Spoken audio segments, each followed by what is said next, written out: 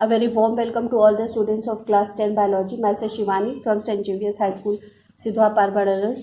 Today we are going to start chapter 1 life processes, topic heterotrophic nutrition. So students, in the previous videos you have studied that we differentiate living between living and non living things, यानी living beings को non living things से कैसे separate करते हैं. कुछ criterias होते हैं जिससे हम सर्टेन ऑर्गेनिजम्स को कहते हैं कि ये लिविंग बींग है, कुछ होते हैं जिनको कहते हैं ये नॉन लिविंग बींग है. तो लिविंग होने का सबसे बड़ा फीचर क्या है? ब्रीथ करना, रेस्पायर करना, मेटाबॉलिक प्रोसेसेस करना. ठीक है, अब ये जो प्रोसेसेस होते हैं ये सारे लिविंग बींग्स के हैं. न्यूट्रिशन लेना, ग्रोथ करना, ट्रांसपोर्टेशन, एक्सक्रीशन, लोकोमोशन करना, रिप्रोडक्शन करना, किसी भी स्टिमुलाई को उसको रेस्पॉन्स करना.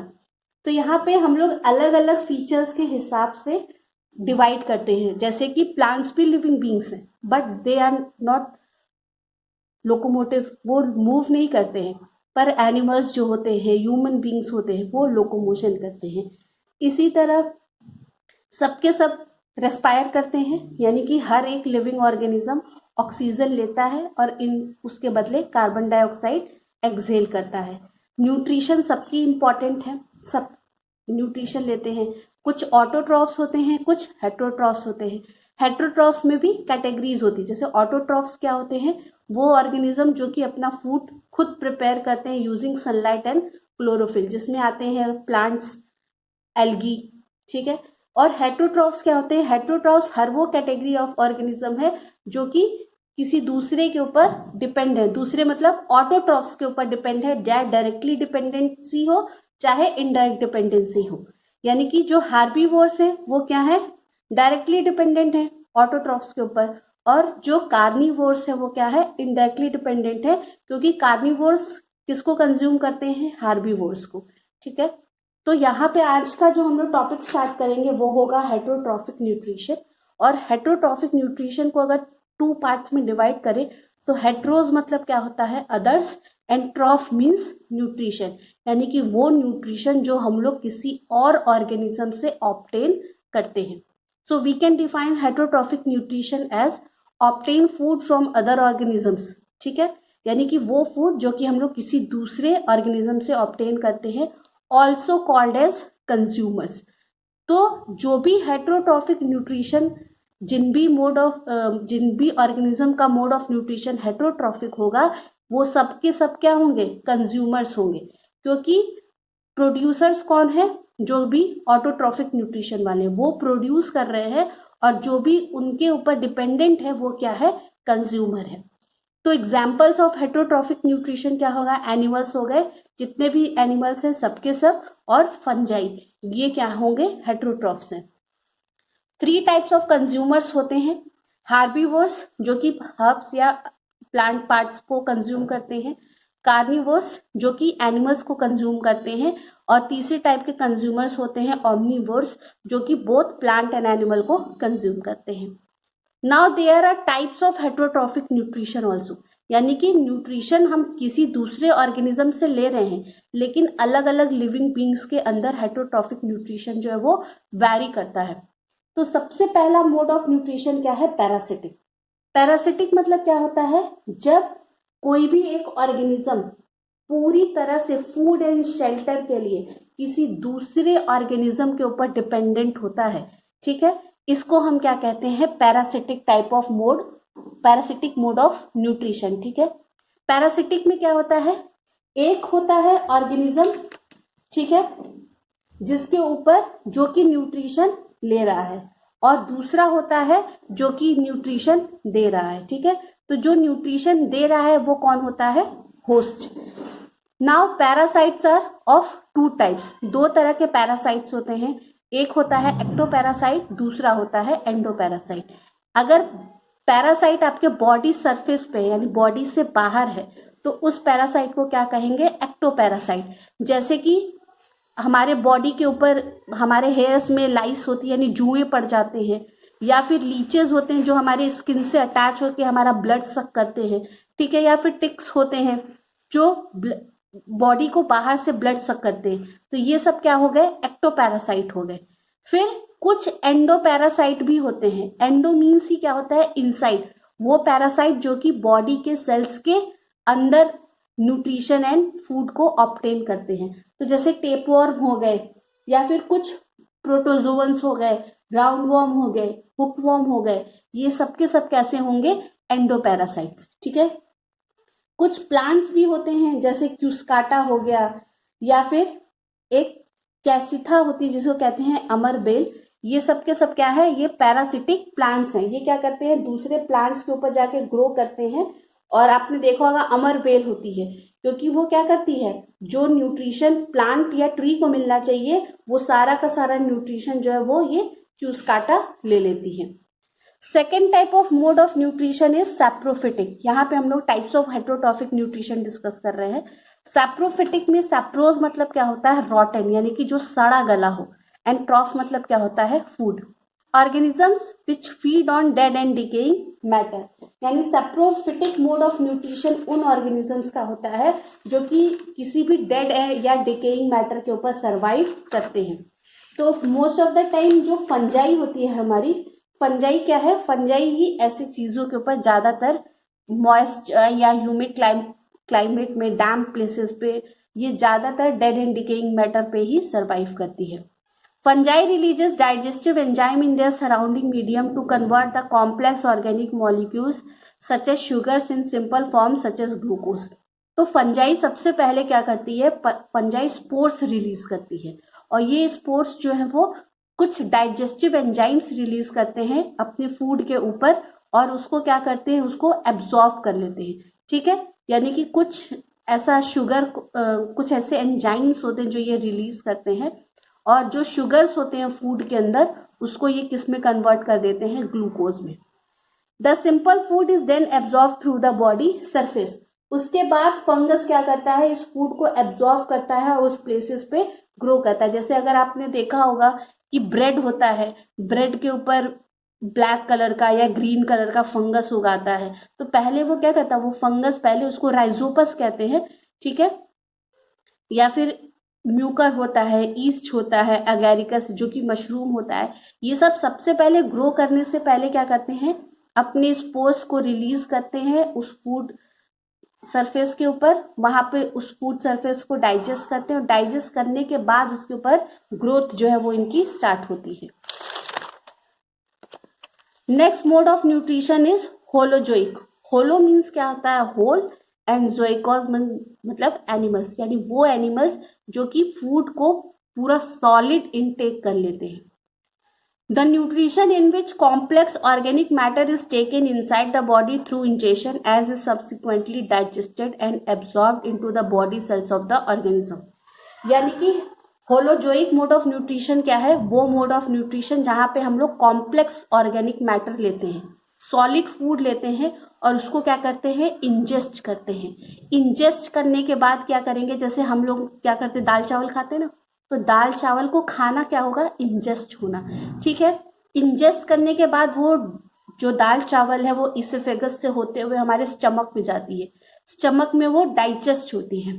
डाइजेस्ट होने के बाद उसके अंदर जो भी न्यूट्रिशन है, चाहे वो प्रोटीन है, चाहे वो कार्बोहाइड्रेट्स है, वो क्या होती है, ब्लड के अंदर एब्जॉर्ब होती है।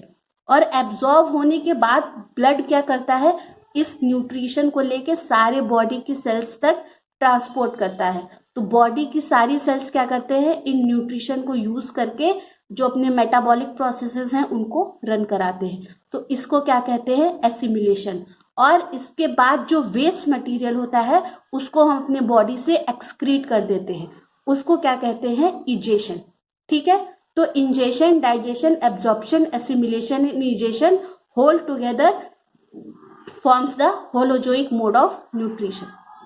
How do organisms obtain their nutrition. यहाँ से मैंने एनसीईआरटी टॉपिक उठाया है, एक बार मैं वीडियो एक भेजूंगी जिसमें सिर्फ एनसीईआरटी की रीडिंग एंड एक्सप्लेनेशन होगा। न्यूट्रिशन इन अमीबा, तो सबसे पहले ऑर्गेनिजम्स, अलग अलग ऑर्गेनिजम्स की बात करते हैं कि वो कैसे, किस मोड ऑफ न्यूट्रिशन से फूड लेते हैं। तो nutrition in amoeba and paramecium के बारे में और उसके बाद ह्यूमन बींग्स के बारे में एनसीईआरटी में एक्सप्लेन किया गया है। तो न्यूट्रिशन इन अमीबा, अमीबा का मोड ऑफ न्यूट्रिशन क्या है? Holozoic. Solid food particles are ingested which are then acted upon by enzymes and digested. यानी अमीबा भी क्या करती है? सबसे पहले सॉलिड फूड पार्टिकल को इंजेस्ट करती है, उसके बाद ऐसे डाइजेस्टिव एंजाइम सिक्रीट करती है जिससे कि ये फूड पार्टिकल को क्या करती है? डाइजेस्ट कर लेती है। Unicellular organisms lack specialised structures और organ for the process of nutrition. It takes place through the general body surface with the help of pseudopodia. अब यूनिसेलुलर ऑर्गेनिज्म क्या है? सिंगल सेल है, उनके पास कोई हम लोग के जैसे वो मल्टी सेलुलर तो है नहीं कि वो अलग से एलिमेंट्री कैनाल बनाया फिर पूरा का पूरा डाइजेस्टिव सिस्टम क्रिएट कर दिया जहाँ पर डाइजेस्टिव जूसेस सिक्रीट हो रहे हैं ताकि हम लोग फूड को डाइजेस्ट कर सके। इनके पास एक ही सेल है, उसी सेल को सारा काम करना है और इनके पास कोई भी ऐसा स्पेशलाइज स्ट्रक्चर नहीं होता जिससे कि ये क्या कर सके? उस फूड को डाइजेस्ट कर सके। तो ये जो बॉडी सरफेस है, बॉडी सरफेस की हेल्प से ही ये क्या करते हैं? स्यूडोपोडिया बनाते हैं। स्यूडो मतलब क्या होता है? फॉल्स, एंड पोडिया मतलब क्या होता है? फीट। ये जो स्ट्रक्चर है स्यूडोपोडिया, इसी को क्या कहते हैं? False feet. तो ये स्यूडोपोडिया बना के ही जो फूड को है उसको कैप्चर करते हैं। ठीक है, तो यहाँ पे ये अमीबा है, ये न्यूक्लियस है उसका, ये फूड पार्टिकल है। अमीबा ने क्या किया? स्यूडोपोडिया बनाया और फूड को कैप्चर कर लिया। इसके बाद क्या होगा? ये स्यूडोपोडिया ये ज्वाइन हो जाएगा और ज्वाइन होने के बाद एक वैक्यूल बनाएगा। यहाँ पे वो डायग्राम में इतना क्लियर नहीं है, एनसीईआरटी अगर आप देखेंगे तो थोड़ा क्लियर दिखेगा। एक बड़ा सा सर्कल दिखेगा जिसके अंदर फूड होगा, तो जो सर्कल है वो क्या है? फूड वैक्यूल है और उसके अंदर क्या है? Food particle. अब अमीबा ने क्या किया है? पूरा के पूरा फूड को डाइजेस्ट कर लिया है। ठीक है, अब डाइजेस्ट करने के बाद ये इजेशन भी कर देगा। तो ये रहा होलोजोइक मोड ऑफ न्यूट्रिशन का प्रोसेस। सबसे पहले इंजेशन, फिर डाइजेशन, फिर एब्जॉर्प्शन, फिर एसिमिलेशन और फिर egestion. Paramecium also a unicellular organism use its hair like structure called cilia to sweep the food particles from water and put them into mouth. तो paramecium क्या है? एक अनदर यूनिसेलुलर ऑर्गेनिज्म है जो कि क्या करता है? सीलिया। सीलिया क्या होता है? बहुत पतले पतले हेयर लाइक स्ट्रक्चर, जैसे हमारे बाल होते हैं ना, उसी तरह इन यूनिसेलुलर ऑर्गेनिजम्स के बॉडी सरफेस के बाहर भी पतले पतले हेयर लाइक स्ट्रक्चर होते हैं जिनको क्या कहते हैं? सीलिया। तो सीलिया का, फ्लैजेला का और भी हेल्प फंक्शन होता है, जैसे वो मूवमेंट में भी हेल्प करते हैं। तो सीलिया यहाँ पे वर्क क्या करता है? जो भी वाटर के अंदर फूड पार्टिकल्स होते हैं वो उनको स्वीप करता है। जैसे हम लोग झाड़ू लगाते हैं ना, उसी तरह ये झाड़ के जो फूड पार्टिकल्स होता है वो माउथ में इंजेस्ट कर लेता है। Next we are going to discuss nutrition in human beings. तो हम लोग के अंदर भी होलोजोइक मोड ऑफ न्यूट्रिशन ही है। Invertebrates and vertebrates have well defined digestive system. यानी चाहे वो इनवर्टिब्रेट्स हो या वर्टिब्रेट्स, इनवर्टिब्रेट्स या वर्टिब्रेट्स किसको कहते हैं? जिनके पास वर्टिब्रल कॉलम होता है। वर्टिब्रल कॉलम यानी कि हमारा स्पाइनल कॉर्ड। तो जिनके पास नहीं होगा उनको इनवर्टिब्रेट्स कहेंगे और जिनके पास वर्टिब्रल कॉलम होगा उनको क्या कहेंगे? वर्टिब्रेट्स। तो हमारे पास क्या है? बहुत ही अच्छा एक वेल डिफाइंड डाइजेस्टिव सिस्टम है। Human digestive system consist of specialised separate canal called the alimentary canal और gut and its associated glands. तो ऐसा नहीं कि डाइजेस्टिव सिस्टम में, सिस्टम मतलब क्या होता है? सिस्टम जहां पे इन्वॉल्व हो गया, इसका मतलब कलेक्शन ऑफ ऑर्गन्स है। एक सिंगल कोई ऑर्गन जो है वो फंक्शन नहीं कर रहा है, यहाँ पे कई ऑर्गन्स मिलके फंक्शन कर रहे हैं। तो डाइजेस्टिव सिस्टम में क्या है? एक एलिमेंट्री कैनाल है जिसको कि गट भी कहते हैं। इसके अलावा उसके साथ एसोसिएटेड ग्लैंड्स भी हैं जो कि डाइजेशन की प्रोसेस में फंक्शन करते हैं। Various organs of the human digestive system in sequence are. अगर आप सीक्वेंस देखेंगे डाइजेस्टिव सिस्टम का और इसको हमेशा इसी सीक्वेंस में लिखिएगा, कभी भी सीक्वेंस जो है वो इधर का उधर नहीं होना चाहिए, क्योंकि ऑर्गन्स हमारी मर्जी के अकॉर्डिंग नहीं है। सबसे पहले हमारा माउथ आएगा, फिर एसोफेगस आएगा जिसे कि हम फूड पाइप कहते हैं, जो हमारे थ्रोट में होता है, यानी हमारे गले में दो पाइप होती है, एक फूड पाइप होती है, एक विंड पाइप होती है। उसके बाद स्टमक आएगा, स्टमक से ड्यूडेनम, फिर इलियम या स्मॉल इंटेस्टाइन, फिर लार्ज इंटेस्टाइन जिसे कि कोलॉन भी कहते हैं, उसके बाद रेक्टम एंड सबसे लास्ट में क्या होगा, एनस, जहां से एक्सक्रीटरी मटेरियल हमारी बॉडी से बाहर चला जाता है। Glands associated with the human digestive system are, क्या क्या ग्लैंड्स एसोसिएटेड होते हैं ह्यूमन डाइजेस्टिव सिस्टम के साथ, तो वो है सलाइवरी ग्लैंड्स जो कि हमारे माउथ में है, इसके अलावा लीवर एंड पैनक्रियास। तो ये एक ऐसे ही नॉर्मल सा फिगर है, इसमें अभी पूरी लेबलिंग कंप्लीट मैंने नहीं की है, लेकिन यहाँ पे माउथ से और बकल कैविटी और इधर से ये सब मिलके इस फिर यहाँ पे आते हैं, फिर वो एसोफेगस से ज्वाइन होते हैं। फिर एसोफेगस कहाँ पे आकर अटैच होता है, स्टमक में, ये लीवर है, large intestine, small intestine, then rectum and then anus. तो सबसे पहले हमारा डाइजेस्टिव सिस्टम का सबसे पहला जो ऑर्गन है वो क्या है, माउथ। माउथ से ही डाइजेशन की जो प्रोसेस है वो स्टार्ट हो जाती है। तो माउथ के अंदर दो कंपोनेंट्स हैं जो कि डाइजेशन में हेल्प करते हैं, एक होती है हमारी टीथ और दूसरी होती है हमारी टंग। तो टीथ क्या करती है, टीथ से हम फूड को च्यू करते हैं, और जो हमारे चीक्स होते हैं वहां पे सलाइवरी ग्लैंड्स होते हैं जो कि सलाइवा को सिक्रीट करते हैं, और ये सलाइवा के हेल्प से जो फूड होता है वो सेमी लिक्विड में बदल जाता है, सेमी सॉलिड में, ठीक है, क्योंकि उसमें सॉलिड पार्टिकल्स भी होते हैं और लिक्विड होता है, तो सेमी सॉलिड में कन्वर्ट हो जाता है। सूप लाइक जैसे स्ट्रक्चर कहते हैं, जैसे चाइम, अभी आगे पर्टिकुलर टर्म होगा। इसके अलावा टंग भी यूज होता है, ठीक है। Salivary glands are in the mouth and secrete saliva. Saliva contains electrolytes and enzymes, salivary amylase and lysozyme. तो सलाइवरी ग्लैंड कहाँ होते हैं, हमारे माउथ के अंदर होते हैं, जिनका फंक्शन क्या होता है, सलाइवा को सिक्रीट करना। सलाइवा के अंदर, यानी सलाइवा हिंदी में उसको कहते हैं लार, जो लार होती है, हम लोग कहते हैं ना कोई खाना देख के लार टपकती है, तो वो लार सलाइवा के अंदर क्या क्या होते हैं, इलेक्ट्रोलाइट्स होते हैं, और दो तरह के एंजाइम्स होते हैं, सलाइवरी अमाइलेस और लाइसोजाइम। लाइसोजाइम सलाइवा के अलावा भी एक जगह और प्रेजेंट होता है। If you want you can tell me later in the comment section. Chemical process of digestion is initiated in the oral cavity by the hydrolytic action of the carbohydrate splitting enzyme, the salivary amylase और ptyalin। तो जो chemical process है digestion का वो mouth के अंदर ही start हो जाती है, ओरल कैविटी यानी कि हमारा माउथ। और ये जो सलाइवरी अमाइलेज है ये हाइड्रोलिसिस करता है। हाइड्रोलिसिस मतलब क्या होगा, वाटर का एक्शन हो जाएगा वहां पे, वाटर क्या करेगा, हाइड्रोलिटिक एक्शन के बाद जो कार्बोहाइड्रेट होगा उसको ये तोड़ देगा, ठीक है।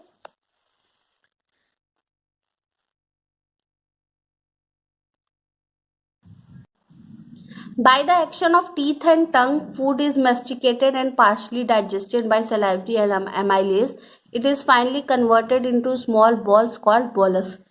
तो सलाइवरी अमाइलेज के एक्शन से, टीथ एंड टंग के यूज से जो सॉलिड फूड हम लोग इनटेक करते हैं उसको हम लोग पार्शियली डाइजेस्ट कर लेते हैं माउथ के अंदर ही, और माउथ के अंदर जब वो पार्शियली डाइजेस्ट हो जाता है तो वो छोटे छोटे बॉल्स में कन्वर्ट हो जाता है, जिसे क्या कहते हैं, bolus. Next is oesophagus. Slightly digested food when enters the food pipe, it start rhythmic muscular contraction and expansion movements called peristalsis. तो जैसे ही ये जो स्लाइटली डाइजेस्टेड फूड है, जैसे ये हमारे एसोफेगस में जाना शुरू करता है, वहां पे रिदमिक कॉन्ट्रैक्शन होता है, यानी ये जो फूड पाइप होती है वो कभी एक्सपैंड करती है, कभी कॉन्ट्रैक्ट करती है, कभी एक्सपैंड करेगी, कभी कॉन्ट्रैक्ट करेगी। जैसे ही फूड जाएगा वो एक्सपैंड कर जाएगी, और जैसे ही फूड वहां से पास हो जाएगा वो कॉन्ट्रैक्ट कर जाएगी, ठीक है। तो ये एक रिदमिक मूवमेंट होता है जिसे क्या कहते हैं, पेरिस्टाल्सिस। इसी पेरिस्टाल्सिस की वजह से जो हमारा फूड है वो हमारे माउथ से, एसोफेगस से होते हुए कहाँ जाता है, स्टमक के पास। Stomach, a J-shaped muscular sac present in the upper left portion of the abdominal cavity। हमारी बॉडी के अंदर दो तरह की कैविटी होती है, एक थोरैसिक कैविटी होती है। थोरैसिक कैविटी में क्या क्या होता है, हमारा लंग्स होता है, हार्ट होता है, डायफ्राम से वो सेपरेटेड होता है, और डायफ्राम से नीचे जहाँ से हमारा स्टमक वाला एरिया होता है उसे हम क्या कहते हैं, एब्डोमिनल कैविटी। तो एब्डोमिनल कैविटी के अंदर ये, जैसे कि ये पूरा क्या है, ये एब्डोमिनल कैविटी है, ठीक है। एब्डोमिनल कैविटी में हमारा स्टमक हो गया, लिवर हो गया, पैनक्रियाज हो गया, गॉल ब्लैडर हो गया, स्प्लीन हो गया, लार्ज एंड स्मॉल इंटेस्टाइन हो गई, ये सब के सब किस में आ जाएंगे, एब्डोमिनल कैविटी के अंदर। तो जो अगर आप स्टमक का डायग्राम ध्यान से देखोगे तो आपको उल्टा जे शेप का नजर आएगा वो, ठीक है। तो एक मस्कुलर सैक होती है जो कि हमारे एब्डोमिनल कैविटी के अपर लेफ्ट पोर्शन में प्रेजेंट होती है। Partly digested food comes in to stomach through oesophagus, यानी जो पार्टली डाइजेस्टेड फूड होता है, पार्शियली डाइजेस्टेड फूड, वो एसोफेगस से होते हुए कहाँ आता है, स्टमक के अंदर। Muscular walls of stomach undergo periodic contraction that help in proper mixing of food and gastric juices and is called the chyme। तो जो अभी हम लोग ने पढ़ा है स्टमक क्या है, मस्कुलर सैक है, यानी कि सैक मतलब क्या होता है, बोरी, और ऐसी बोरी इमेजिन कीजिए जिसके अंदर मसल्स लगे हुए हैं।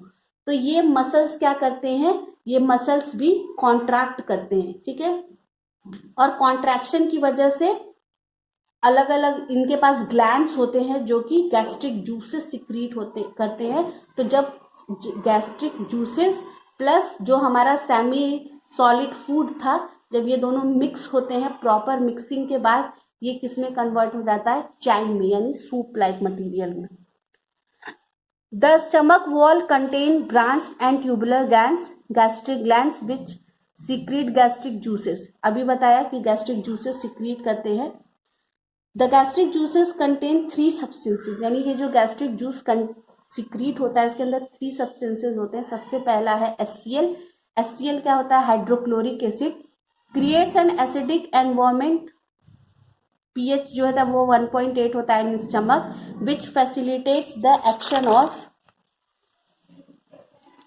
Enzyme pepsin. इसके अलावा HCl का एक और काम है, जो भी फूड जब हम लोग इंजेस्ट करते हैं और इसोफेगस से होते हुए जब हमारे स्टमक में आता है, तो जरूरी नहीं है कि सिर्फ फूड ही हम लोग इंटेक करते हैं। फूड के अलावा कई बैक्टीरिया और अदर माइक्रो ऑर्गेनिज्म भी फूड के थ्रू हमारे माउथ में एंटर करते हैं। तो माउथ के साथ जब वो स्टमक में जाते हैं तो वहाँ पे एसिडिक pH होने की वजह से ही ये माइक्रो ऑर्गेनिजम्स वहाँ पे जाके मर जाते हैं। तो HCl का 2 फंक्शन है, एक तो एसिडिक एनवायरमेंट बनाना स्टमक के अंदर, और दूसरा ये माइक्रो ऑर्गेनिजम्स की किलिंग करना। तो एसिडिक एनवायरमेंट होने की वजह से ही गैस्ट्रिक जूसेस में एक एंजाइम होता है, एंजाइम पेप्सिन, जो कि इसकी वजह से एक्टिवेट होता है। Converts protein into proteoses and peptones peptide. तो पेप्सिन का काम क्या है, ये जो प्रोटीन्स जो हम खाते हैं उसको ये प्रोटियोजेस और पेप्टोन्स में ब्रेक करती है। Third one is mucus and bicarbonates, plays role in lubrication and protection of stomach lining mucosal epithelium। तो अभी हम लोग ने पढ़ा था कि जो स्टमक की जो वॉल्स होती हैं जहाँ पे ग्लैंड्स लगी होती है उससे HCl सिक्रीट होता है। तो HCl क्या है, एसिडिक है। तो जब हमारे स्टमक के अंदर फूड नहीं होता है तो तब अगर HCl सिक्रीट होता है तो ये मस्कुलर वॉल्स के पास इंजरी कॉज करते हैं, जिसको कि अल्सर कहते हैं। तभी हम लोग यह सुनते हैं ना कि बहुत जो ग्रोन अप्स होते हैं, एडल्ट्स होते हैं, उनको एसिडिटी की बहुत प्रॉब्लम होती है। तो ये एसिडिटी की जो प्रॉब्लम बेसिकली इसी वजह से होती है, जो हम लोग खाली पेट रहते हैं, तो खाली पेट रहने की वजह से HCl जो होता है वो सिक्रीट होता रहता है कंटिन्यूसली। तो अगर फूड नहीं तो वो क्या चीज़ डाइजेस्ट करेगा, तो ये जो HCl है वो मस्कुलर वॉल को ही जाके इंजर करता है, ठीक है। तो ये जो इसके अलावा जो गैस्ट्रिक जूसेस का थर्ड कंपोनेंट है म्यूकस एंड बाइकार्बोनेट्स, इसका काम क्या है, लुब्रिकेट करना। लुब्रिकेशन मतलब क्या होता है, लुब्रिकेटेड होता है तो इजीली मूवमेंट होता है। प्लस ये क्या करता है, जो म्यूकोसल एपिथीलियम है, यानी जो स्टमक की लाइनिंग वाले जो एपिथीलियम सेल्स होते हैं, ये उसकी प्रोटेक्शन का भी काम करता है। Pyloric sphincter regulates the exit of food from stomach into small intestine. तो एनसीईआरटी में क्या है, एनसीईआरटी में कई बार लाइनिंग्स लिखी हुई हैं पर पर्टिकुलर टर्म के साथ उनको डिफाइन नहीं किया गया है। जैसे स्फिंक्टर मसल्स लिखा हुआ है कि वो मसल्स जो कि एग्जिट कराती हैं फूड को, कहाँ से, स्टमक से स्मॉल इंटेस्टाइन में। तो वो मसल्स कौन सी होती हैं, pyloric sphincter. That will be all for today. In the next video, we will discuss further topics. If you like the video, please comment, and whatever you want to study and whatever is not taught in the previous classes, kindly message me on my personal WhatsApp number. Thanks for watching the video. Take care.